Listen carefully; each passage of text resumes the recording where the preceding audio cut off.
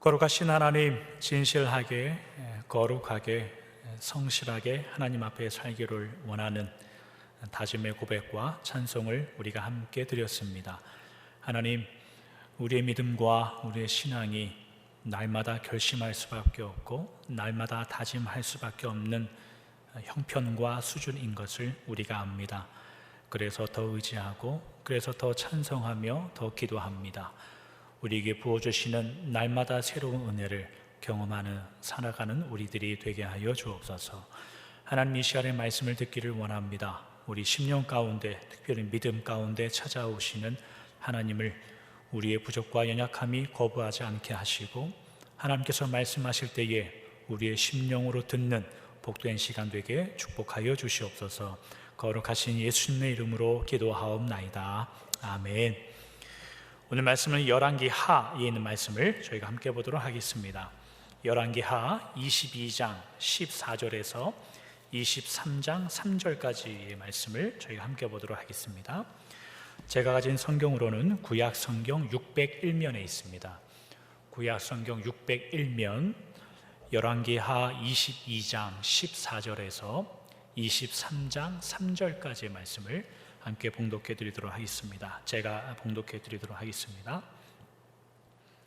이에 제사장 힐기야와 또 아히감과 악볼과 사반과 아사야가 여선지 훌다에게로 나아가니 그는 히라스의 손자 디과의 아들로서 예복을 주관하는 살룸의 아내라.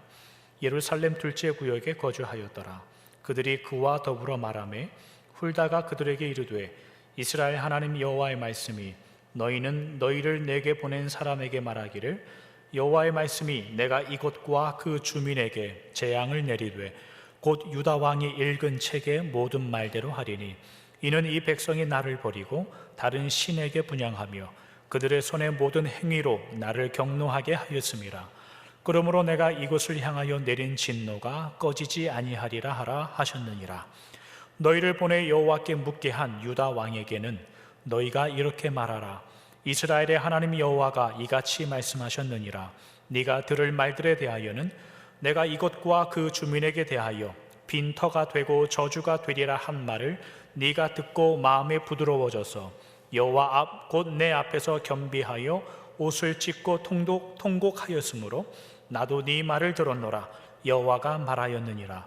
그러므로 보라, 내가 너로 너의 조상들에게 돌아가서 평안히 묘실로 들어가게 하리니 내가 이곳에 내리는 모든 재앙을 네 눈이 보지 못하리라 하셨느니라 하니 사자들이 왕에게 보고하니라. 왕이 보내 유다와 예루살렘의 모든 장로를 자기에게로 모으고 이에 왕이 여호와의 성전에 올라가매 유다 모든 사람과 예루살렘 주민과 제사장들과 선지자들과 모든 백성의 노소를 막론하고 다 왕과 함께 한지라. 왕이 여호와의 성전 안에서 발견한 언약책의 모든 말씀을 읽어 무리의 귀에 들리고 왕이 단 위에 서서 여호와 앞에서 언약을 세우되 마음을 다하고 뜻을 다하여 여호와께 순종하고 그의 계명과 법도와 율례를 지켜 이 책에 기록된 이 언약의 말씀을 이루게 하리라 하매 백성이 다 그 언약을 따르기로 하니라. 아멘. 오늘은 남유다의 17번째 17대 왕인 요시야 왕 시대의 말씀을 저희가 나누도록 하겠습니다. 저희는 지난 몇 주간 그 이스라엘의 역사 중 특별히 남유다의 왕들 중에서 하나님의 뜻대로 통치하였던 왕들, 특별히 히스기야와 요시야 왕 그 시대의 일들을 저희가 살펴보아오고 있습니다. 지난 두 번의 말씀을 통하여서는 히스기야가 그의 통치 14년째 해에 있었던 일을 중심으로 저희가 살펴보았고, 오늘은 요시야 왕의 말씀을 저희가 함께 나누기로 합니다. 요시야는 한 번만 저희가 말씀을 나누고 다음 주부터는 광고 드린 대로 하박국서를 강해를 시작하도록 하겠습니다. 요시야 왕은 열왕기하 22장, 23장 두 장에 걸쳐서 기록된 왕입니다. 그러나 그가 가지는 의미는 굉장히 상당합니다. 굉장히 여러 가지 의미가 있는데 요시야 왕이 행한 가장 큰 주목할 만한 사실은 22장 2절부터 기록하는 그가 통치한 지 18째 해 그가 다스린 지 18년째에 있었던 성전을 수리하다가 발견한 하나님의 율법, 성경이라고 쉽게 말하죠. 성전을 수리하다가 발견한 그 하나님의 말씀으로 인하여 이스라엘의 신앙을 개혁한다는 내용입니다. 신앙을 개혁하는 그 요시야 왕을 23장 마지막 정도 가면은 성경이 그에 대해서 어떻게 증거하냐면 23장 25절에 있는 말씀처럼 요시야와 같이 마음을 다하며 뜻을 다하며 힘을 다하여 모세의 모든 율법을 따라 여호와께로 돌이킨 왕은 요시야 전에도 없었고 후에도 그와 같은 자가 없었더라. 그와 같은 왕은 이전에도 없었고 그 이후에도 없었다는 말입니다. 이것은 단순히 요시야 왕 기분 좋으라고 하는 말이 아니고 굉장히 그의 인생과 왕의 노릇이 주목할 만하다 했다는 겁니다. 이전에도 없었다라는 이 말은 다윗 왕까지도 넘어서는 그런 굉장히 극찬이란 말이죠. 또 한 가지 요시야 왕의 성경에 걸쳐서 중요성이란 의미는 요시야가 죽고 그 아들 세대의 왕부터 바벨론이라는 나라가 이제 남유다를 침공하기 시작합니다. 이미 북이스라엘은 아수르라는 나라에 의해서 멸망당해 히스기야 시대에 멸망당해 끝났고 이 남유다는 요시야 그 아들 세대에부터 바벨론이 침공하여 이제 차근차근 이제 3번에 걸쳐서 바벨론이 침공하는데 그 아들 세대에서 이제 남유다가 멸망하게 되는 사건이 일어납니다. 그런 의미에서 보면 이 요시야 왕은 이스라엘이라는 하나님의 나라를 믿음의 나라로 세우기 위하여 그의 평생의 힘을 쏟아 노력했던 이스라엘의 마지막 왕인 셈입니다. 그런 의미에서 굉장히 중요한 의미를 갖는 거죠. 이런 요시야 왕의 기본적인 배경을 생각한 배경 속에 오늘 저희가 읽었던 22장 마지막부터 23장 3절까지의 말씀의 내용은 대략은 이러합니다. 그의 통치 18번째, 18년째가 되었을 때 성전에 여기저기 보수 공사할 때가 있어서 보수 공사를 시킵니다. 그 책임을 맡았던 분이 대제사장 힐기야라는 분인데 이 힐기야 대제사장이 성전을 보수하다가 성전 한쪽 구석에 있는 하나님의 성경, 율법책을 발견한 것입니다. 그러니까 잃어버린 줄 알았는데 성전을 고치다 보니까 한쪽 구석에서 그게 느닷없이 튀어나오는 거예요. 힐기야가 이 찾아진 율법책을 요시야 왕에게 전달해 주고 요시야 왕은 그 성경책을 읽습니다.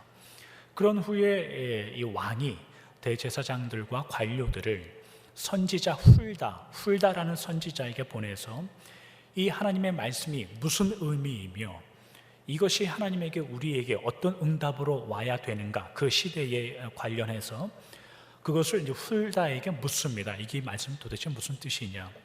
오늘 저희가 읽었던 본문 16절, 17절, 19절 같은 데가 이 선지자 훌다가 대답해 주는 장면입니다. 하나님의 말씀은, 하나님의 응답은 왕이 찾은 이 율법, 말씀에 기록된 대로 하나님께서 남유다에게 내리실 그 진노를 멈추지 않을 것이며 진노가 꺼지지 않을 겁니다. 하나님 없이 사는 이 나라가 징계를 받아 빈터가 되고 저주를 받을 겁니다. 그러나 당신은 하나님의 은혜를 얻어 살게 될 겁니다. 라는 내용을 이제 받게 됩니다. 이 말을 요시야 왕이 듣고 23장의 내용은 뭐냐면 온 남유다의 백성들을 불러 모아서 이것이 하나님의 뜻이니 우리는 회개해야 된다. 여기까지가 이제 3절까지의 내용이었어요. 그래서 저희가 읽진 않았지만 4절부터 나오는 내용은 뭐냐면 그래서 요시야 왕이 남유다의 모든 우상 신전들을 다 불태워 살립니다. 불태워 없애고 15절 이후부터는 심지어 솔로몬 다음 세대 왕이 여로보암이 세운 북이스라엘 모든 산당까지 남유다에서 멈추지 않고 북쪽까지 올라가서 거기에 모든 있는 산당들 다 불태워 불살라 없애버립니다. 그래서 서두에 우리가 아까 읽었던 말씀처럼 요시야 같이 마음을 다하여 뜻을 다하여 힘을 다하여 하나님의 말씀을 따라 섬긴 그 왕이 없었다라고 23장의 결론이 나버리는 겁니다. 이게 이제 22장, 23장 요시야 왕에 대한 성경의 증언 기록인데, 저희가 살펴볼 대목은 이제 따로 있습니다. 저희가 오늘 관심 가져 보려고 하는 대목은 뭐냐면, 이처럼 마음과 뜻과 힘을 다하여 이스라엘, 특별히 남유다의 신앙을 개혁하고 고치려고 했던 신앙의 위대한 위인의 종교 개혁과 신앙 개혁이 있었음에도 불구하고 하나님이 요시야에게 주시는 응답이 굉장히 뜻밖이라 이겁니다. 하나님의 응답은 뭐였냐면 23장 26절과 27절에 있는 말씀입니다. 그러나 여호와께서 유다를 향하여 내리신 그 크게 타오르는 진노를 돌이키지 아니하셨으니 이는 므낫세가 여호와를 경노하게 한 그 모든 경노 때문이라.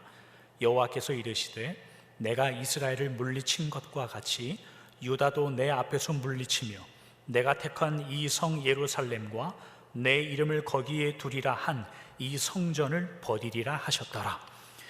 요시야 같은 왕이 믿음으로 이스라엘의 변화와 개선을 시키고 이끌어감에도 불구하고 하나님의 반응은 진노를 그럼에도 불구하고 돌이키지 않겠다.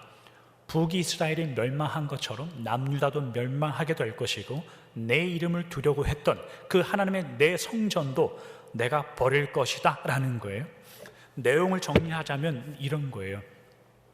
요시야가 믿음이 있어서 성전을 보수하기 시작했고 성전을 고치는 중에 율법책이 발견된 겁니다.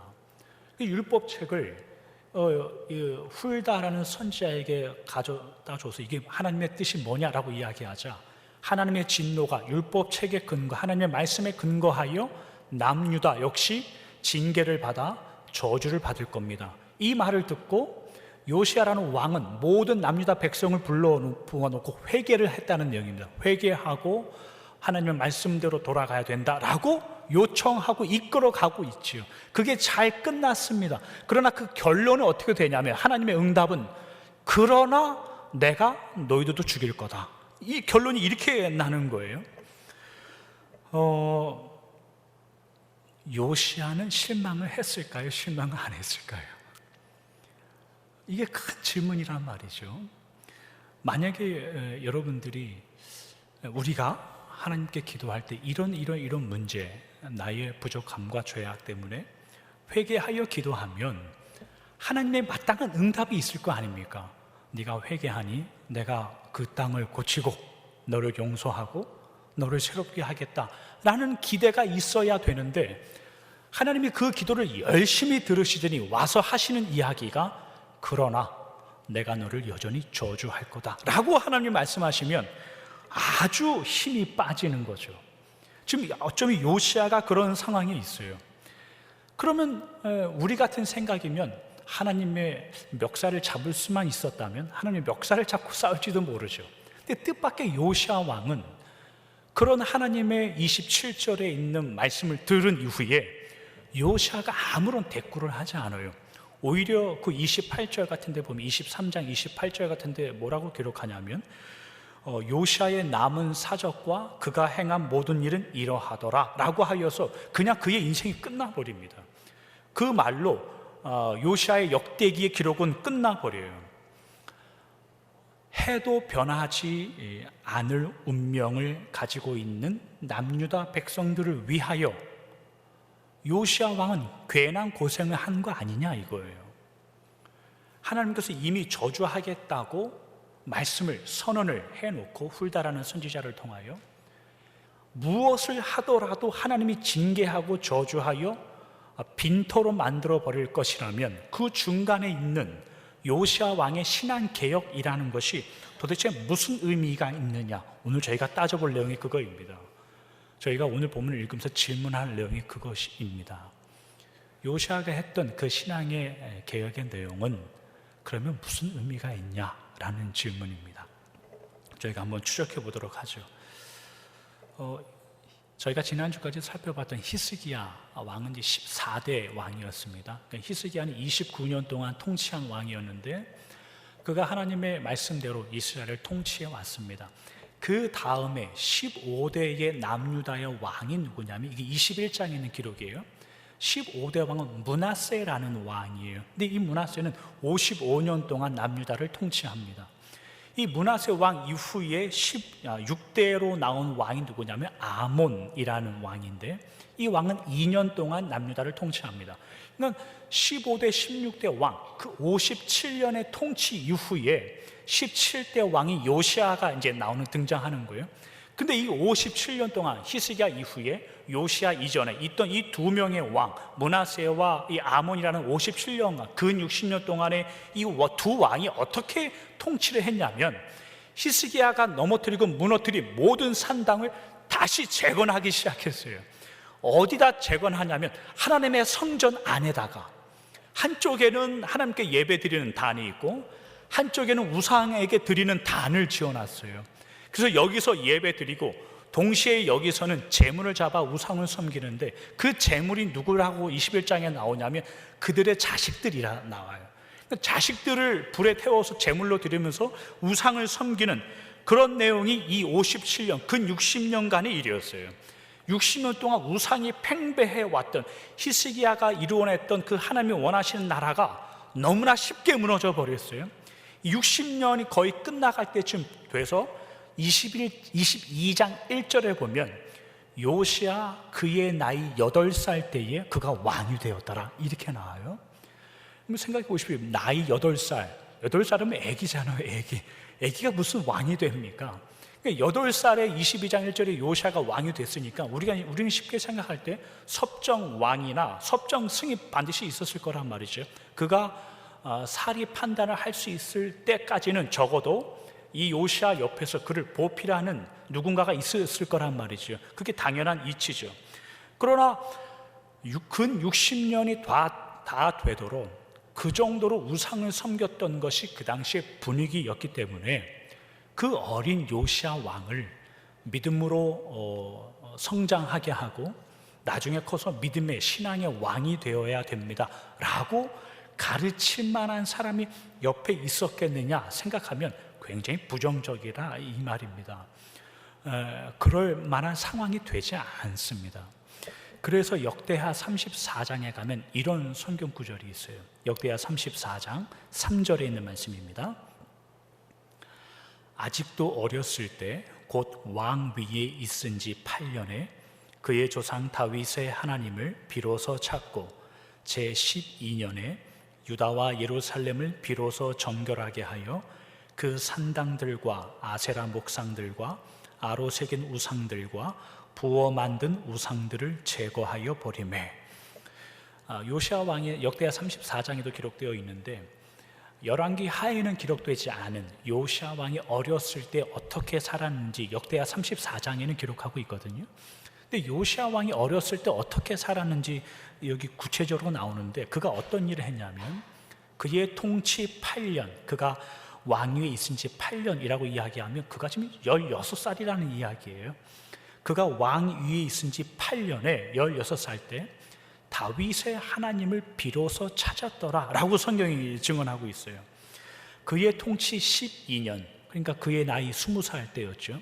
그의 나이 20살 때에 백성들의 믿음을 걱정하여 그가 산당들을 제거하며 신앙의 개혁을 이제 시작하게 되었더라 라고 기록하고 있는 거예요. 근데 여기 3절에 있는 다윗의 하나님을 비로소 찾았고 라는 말이 굉장히 여러분을 유념하고 성경을 읽으시기 바랍니다. 왜냐하면 비로소 찾았다라고 할 때 비로소라는 말이 원래 히브리어 성경에 없어요. 영어 성경에도 없어요. 이 비로소라는 말이 한국말 성경에만 있어요. 한국말 성경 굉장히 번역을 잘 해놓은 거예요. 한국말 성경도 개역 개정, 개역 한국말 있고 오래전에 있었던 쉬운 성경 이런 데 번역하지 놓지 않았어요. 비로소라는 말은 거기 왜 넣냐면 이게 아주 성경을 잘 이해하고 번역했다는 뜻이에요. 비로소 찾았다라는 이 찾다라는 히브리어 때문에 거기 끼워놓은 거예요. 찾다라는 히브리어 단어가 다라시라는 말인데 이 다라시라는 단어는 이것 좀 찾아와라. 가서 찾아봤더니 찾아봤는데 없습니다. 이런 의미에서 찾다라는 게 아니라 가장 쉬운 예로 신약 성경에 나오는 목자가 양 한 마리를 잃어버렸을 때 찾고 찾아서 찾을 때까지 찾아온 그 찾다라는 의미가 다라시라는 말이에요.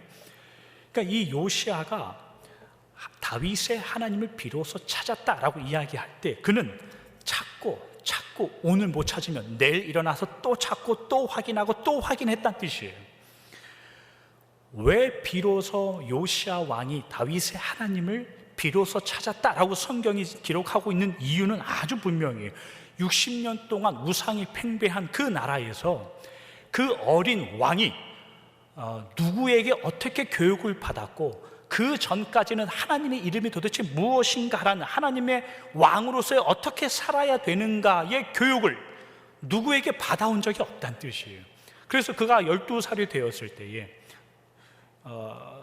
8년이니까 16살이 되었을 때에 하나님의 은혜를 받아 그러면 하나님이 누구이신가 내가 찾아봐야 되는 거 아니냐라는 그 마음이 비로소 들었다라는 뜻이에요.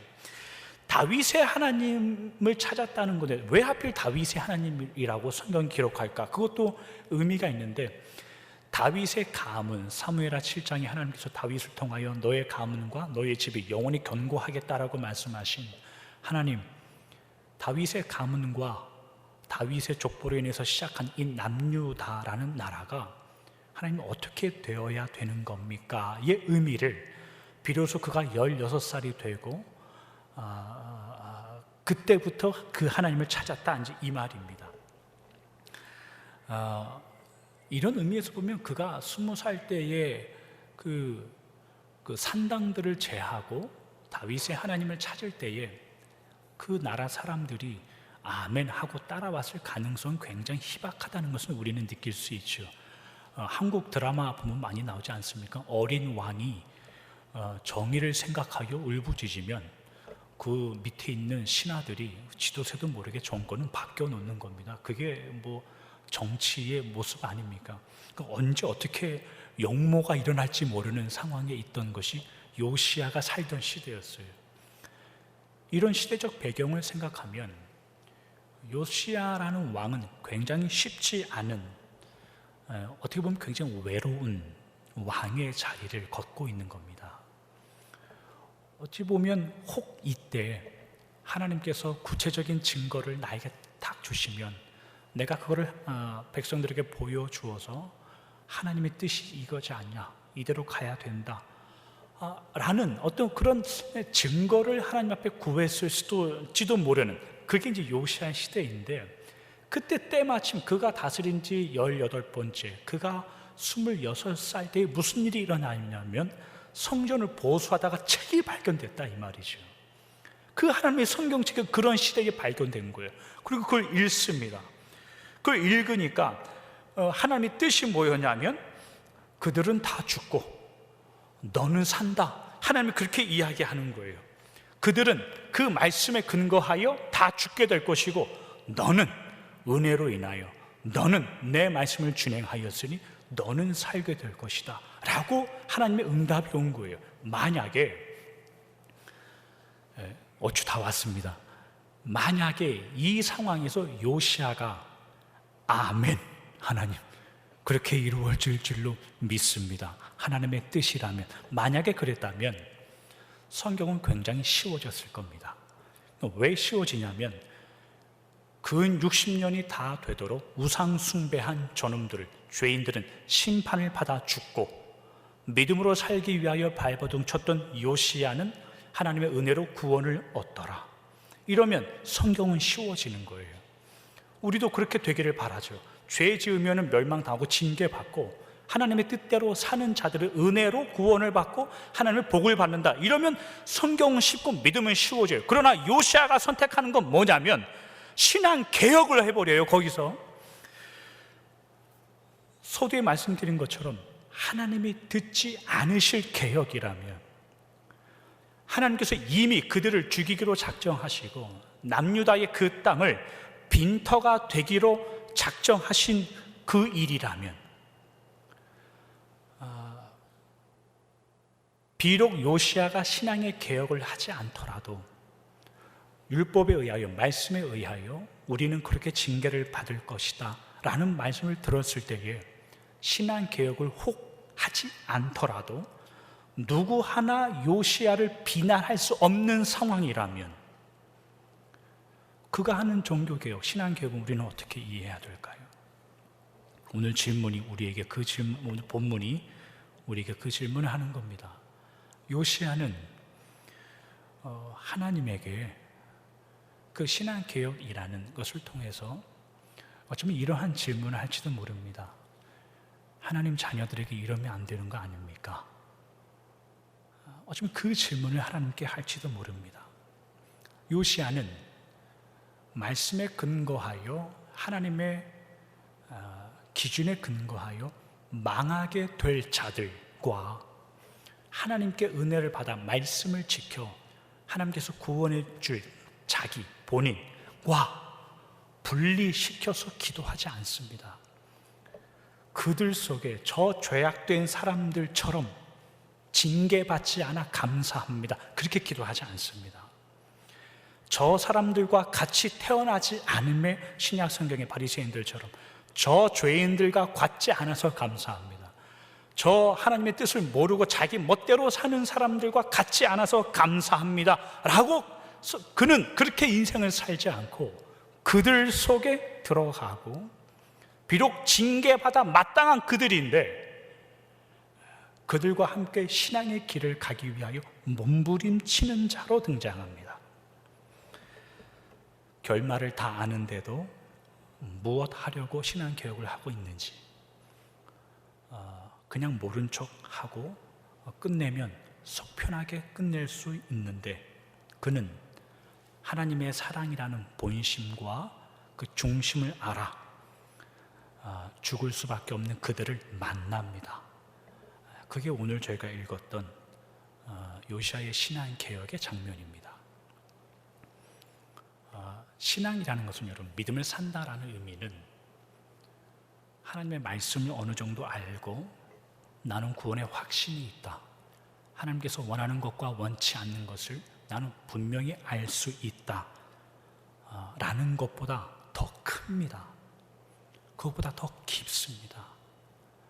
그것보다 더 넓습니다. 하나님의 마음이라는 것은 이것을 좀 더 우리가 깊이 이해하기 위해서 요나서라는 성경을 저희가 한번 찾아보죠.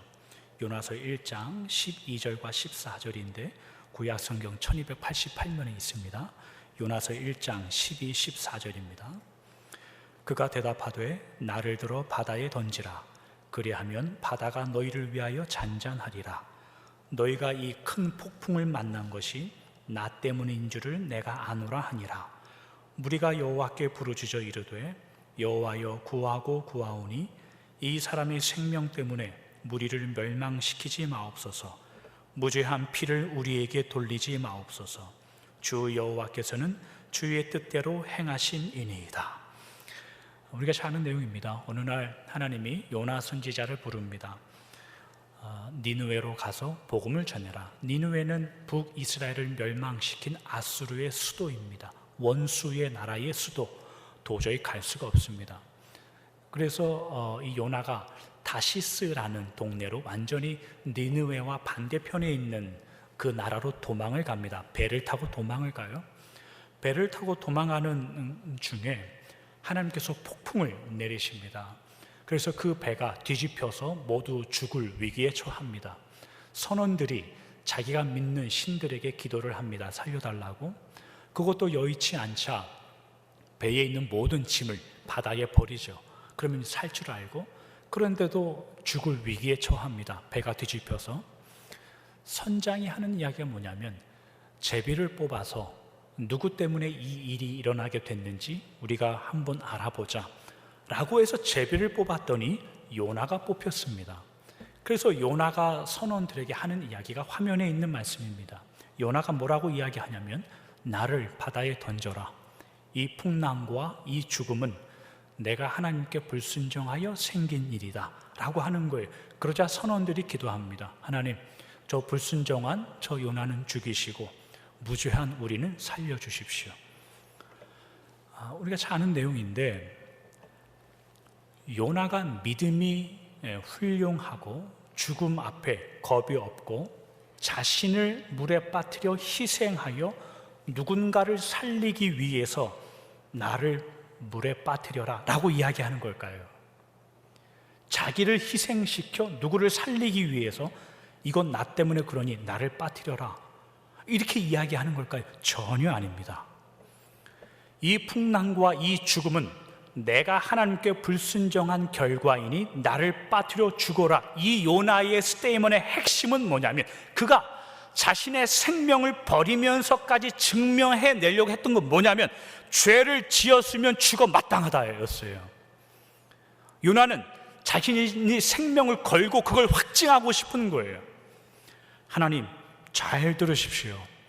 제가 하나님께 불순종하여 다시스로 도망가는데 하나님 그것 때문에 폭풍 내리는 거 아닙니까? 그러니 내가 기꺼이 죽겠습니다. 그러니 나한테 저 죄 짓는 니느웨로 가서 저 죽을 놈들을 위해서 복음 전하라고 얘기하지 마십시오. 내가 불순종하여 폭풍 내리는 거잖아요. 그러니까 나 기꺼이 죽을 겁니다. 그러니 나 살려서 저 죄인들한테 보내지 마십시오. 저놈들도 죽어야 됩니다. 요나는 굉장히 무서운 사람이에요, 여러분. 왜 무섭냐면 기준이 있습니다. 법이 있어요. 법이라는 것은 하나님의 말씀이라고 이야기하죠. 하나님의 말씀도 있어요. 죄를 지으면 하나님의 심판을 받아야 된다라는 믿음의 확고함도 있어요. 하나님 그렇게 반드시 하셔야 됩니다라는 기준도 있단 말이죠. 그래서 나를 빠져 죽여라. 그럼 너희들이 산다. 죽을 때까지 그 믿음을 놓지 않는 겁니다. 그게 요나의 신앙이었어요. 그래서 실제 죽죠. 바다에 빠져서.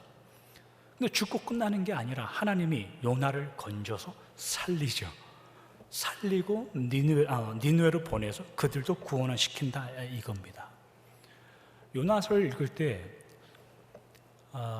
요나가 틀려 보이는 게 없습니다. 죄를 지으면 죽어야 됩니다. 요나는 믿음도 있었고 기준도 있었고 죄도 싫어하고 말씀의 분별도 할 수 있는 능력이 있는 사람이었습니다. 그럼 요나는 뭘 부족해요? 뭐가 부족할까요?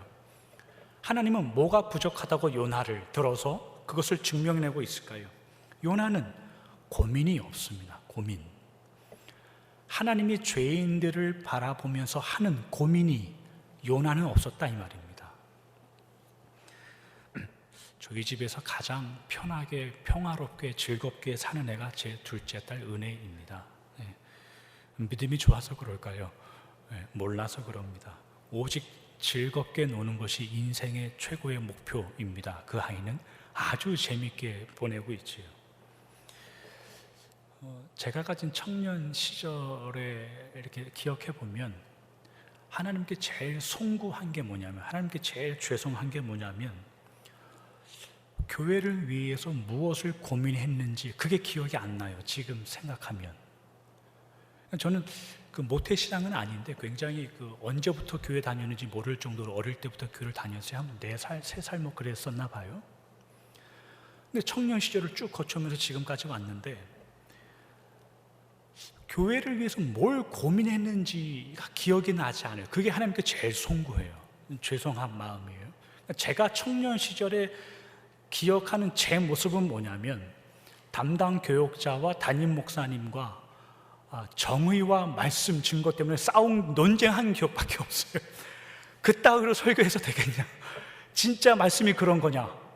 진짜 성경이 하는 이야기가 그겁니까? 얘기 좀 해봅시다. 그거밖에 기억이 안 나요. 지금 생각해보면 그런 논쟁하지 말고 차라리 그분과 하나님과 신앙과 교회에 대해서 더 깊은 고민을 했더라면 지금보다 더 깊어졌을 텐데 라는 마음이 있어요. 그럼 과거로 돌아가서 고민하고 싶으면 할 수 있으면 할까? 그런 마음은 없습니다. 왜냐하면 아직도 모르는 게 더 많이 있기 때문에 그래요. 아직도 하나님에 대해서 더 모르는 게 더 많이 있기 때문에. 믿음 생활할 때 경력도 있고 말씀에 대한 지식도 있고 거기에 믿음이라도 조금 있으면 신앙생활하기 아주 편합니다. 기준만 있으면 됩니다. 그리고 그 기준을 가지고 정의라는 이름으로 옳지 않은 것과 싸우면 신앙생활하기 쉽습니다. 그러나 어느 날 신앙이 어렵다는 게 느껴집니다. 왜 그런 느낌이 드냐면 저보다 훨씬 먼저 가신 신앙의 앞장서 있는 분들도 보이고, 때로는 굉장히 뒤에서 힘들게 따라오는 분들도 보입니다. 그러면 제가 가진 그 정의와 믿음의 기준과 신앙의 기준이라는 것이 누구나에게 다 동일하게 적용되지 않고 있구나라는 것을 느끼게 됩니다. 그때는 고민이 생깁니다. 믿음이 깊어지고 신앙이 넓어지는데 고민이 생긴다 이럽니다. 그러면 혼자 가면 편하죠. 저도 가끔 하나님께 기도하는 바가 그겁니다. 하나님, 목회자로 부름을 받지 않았으면 혼자 가면 참 신앙생활 편히 할 수 있을 것 같습니다 라고 기도하는데 하나님이 그 길로 가지 못하게 합니다. 꼭 누군가가 보이게 하고 누군가가 마음에 남도록 하나님의 은혜를 주시죠. 그러니 이러지도 못하고 저러지도 못하고 더 걱정이 생기고 고민이 깊어진다는 겁니다. 신앙은 그렇게 사는 겁니다. 제 자랑하는 게 아니라 오해하지 마시기 바랍니다. 믿음을 산다는 것은 그런 길을 가는 겁니다.